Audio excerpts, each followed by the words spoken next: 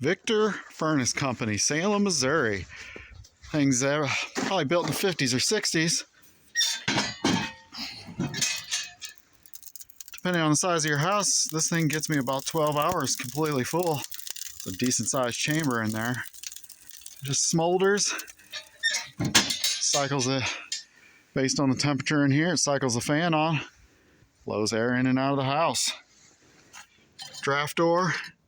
That can really stoke the fire. Nice large entrance to get all the ashes out.